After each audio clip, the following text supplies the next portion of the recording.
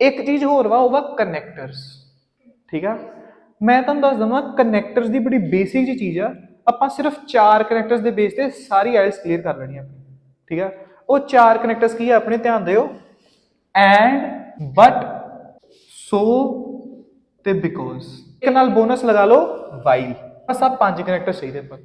ठीक है, तुसीं ज़्यादा इस चीज़ में नहीं वड़ना कि in addition, moreover, therefore, furthermore, नहीं। मैं तुहानूं समझाना, पहला समझ लो, लिखियो बाद चों। हर एक कनैक्टर का ना एक फंक्शन हुंदा, हर एक जिवें हर एक इंसान इत्थे अलग वा, उस तरीके ना ये भी है। सो हर एक कनैक्टर का एक फंक्शन हुंदा वा। एंड का की फंक्शन वा? एंड ਆਪਾਂ ਉਦੋਂ यूज करते हैं ਜਦੋਂ ਆਪਾਂ दो ਇਹੋ ਜਿਹੀਆਂ ਇਨਫੋਰਮੇਸ਼ਨਸ आपस ਚ ਕਨੈਕਟ ਕਰੀਏ ਜਿਹੜੀਆਂ ਕਿ ਰਿਲੇਟਡ ਨਾ ਹੋਣ। ਜੇ ਮੈਂ ਕਹਾਂ Muskaan is very intelligent and she is very beautiful, ਤੇ ਇੰਟੈਲੀਜੈਂਟ ਹੋਣਾ ਤੇ ਬਿਊਟੀਫੁਲ ਹੋਣਾ ਇਹ ਦੋਨੋਂ ਅਲੱਗ-ਅਲੱਗ ਚੀਜ਼ਾਂ, ਤੇ ਆਪਾਂ ਇਹਨਾਂ ਦੋਨਾਂ ਵਿੱਚ ਕੀ ਲਗਾਵਾਂਗੇ? ਐਂਡ ਲਗਾਵਾਂਗੇ।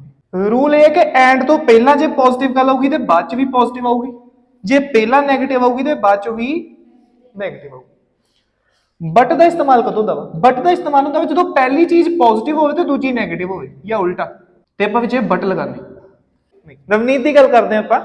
ठीक है, हुण नवनीत जी दी मैं अद्धा सेंटेंस बोलूंगा, तुसीं मैनूं दसना कि उस तो बाद पॉजिटिव आऊगी चीज कि नैगेटिव आऊगी। ठीक है, मैं कहना यार नवनीत बड़ी वधिया कुड़ी है, सारे नाल बड़े प्यार नाल गल करदी है, पर नेगेटिव, पर यार उन्हें आ गल कही जो मैंने चंगी नहीं लगी, इत्थे की आऊगा बट।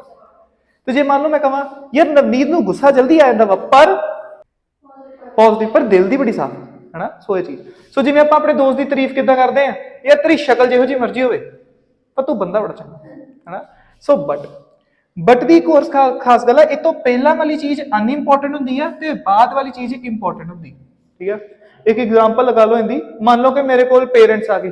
ठीक है, पेरेंट्स कहते भाई बच्चे की परफॉर्मेंस की है, तो मैं उन्होंने कहा कि सर बच्चा फोकस तो करता था क्लास दे विच, पर होमवर्क नहीं करता। तो पेरेंट्स कहना ओए होमवर्क क्यों नहीं करता तू, है ना। तो जे मान लो मैं कहा सर होमवर्क तो नहीं करता पर क्लास च फोकस पूरा वा, तो मैं कहना शाबाश, फोकस, वेरी गुड, लाल दा पुत्र साडा, है ना। सो इहो जी जगह ते बट जो आंदा ना ते पिछली चीज इंपोर्टेंट होंदी है, गल भावें सेम होवे। सो उत्थे लगदा वा जिथे आपां कॉज ते रिजल्ट लिखदे। ठीक है, कि इनका कारण ते नतीजा की।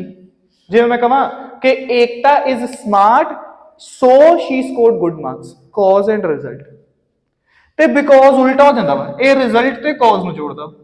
जे मैं कहता Ekta scored good marks because she is smart, उल्टा करता। ठीक है, बस इन्ना समझ लेना वा, ते आपां इन्हां चारां नूं यूज करना। एक बार आपां नूं इन्हां चारां दा इस्तेमाल करना आ जे, फिर तुसीं एंड दी जगह लिख लो इन एडिशन, लिख लो as well as, moreover, furthermore, आ कनैक्टर्स आ गए।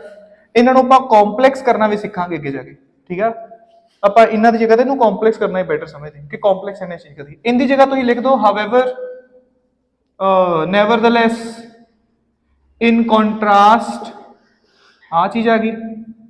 इनकी जगह तुसीं लिख दो thus, hence, therefore, that is why. इनकी जगह तुसीं लिख दो कंसीडरिंग, सिंस, फॉर। हाँ जी, जो मैं क्या, Ekta scored good marks because she is smart, Ekta scored good marks for she is smart, replace कर दो। सो ये ना सिर्फ रट्टा ही है एक हिसाब से। हाँ, कि केड़े वर्जन किंदे किंदे है, मेन चीज यही है अपनी, मेन उन्होंने सीखना वा, तो इन्होंने बाद रिप्लेस कर देना।